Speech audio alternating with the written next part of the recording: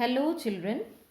Today I am here with the lesson Robinson Crusoe discovers a footprint. Robinson Crusoe discovers a footprint, as the name suggests, is about how he discovers a footprint on an island and what follows next. It tells the story about how humans long for company, the pain and fear in which Robinson Crusoe lives in on that isolated island is reflected here. It also helps us realize that man is a social animal and we all long to have some company. Robinson Crusoe's ship had been destroyed by the sea. He had been alone for many years and longed for company. One day he discovers a footprint on the sand. Let's find out what he did then.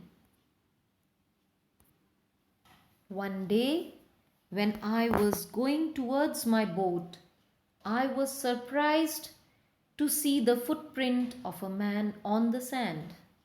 I stood amazed. I listened. I looked around me. I could neither hear nor see anything. I went up higher to look down. I went up the shore and down the shore, but it was no good. I could find no other footprint but that one. I went to it again to see if there were any more footprints and to tell if it had been my imagination.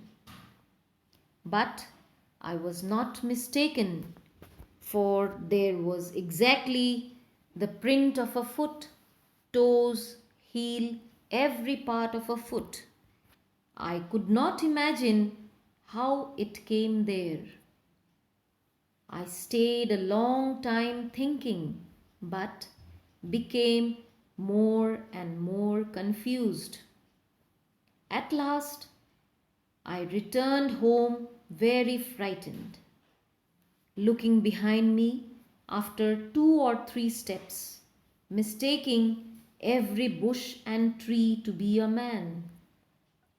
When I came to my cave, which I called my castle, I ran inside it as if I was being chased. I do not remember whether I used the ladder or went in by the hole in the rock, which I call the door. I ran for cover faster than any animal could run. I did not sleep that night.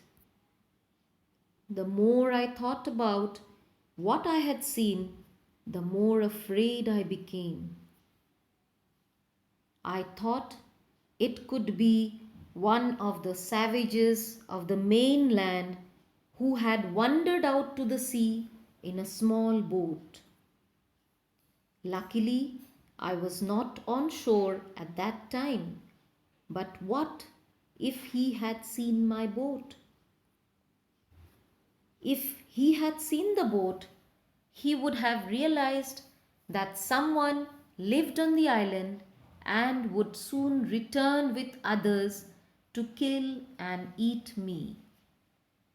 And so I lay fearful for many days and prayed for protection.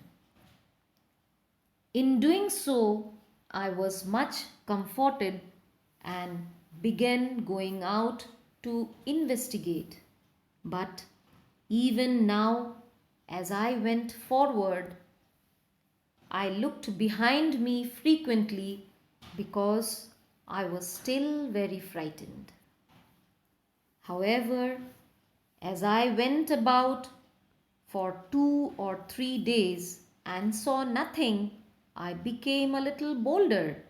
I decided to go down to the shore again and examine the footprint once more. I decided to measure it with my own footmark. As I came closer to the footprint, I realized that it could not be my footprint because I had not come to this part of the beach since a long time.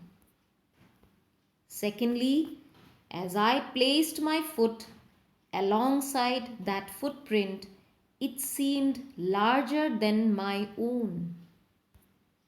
My fear returned. I went home believing that there was someone there. The island was inhabited. Thank you.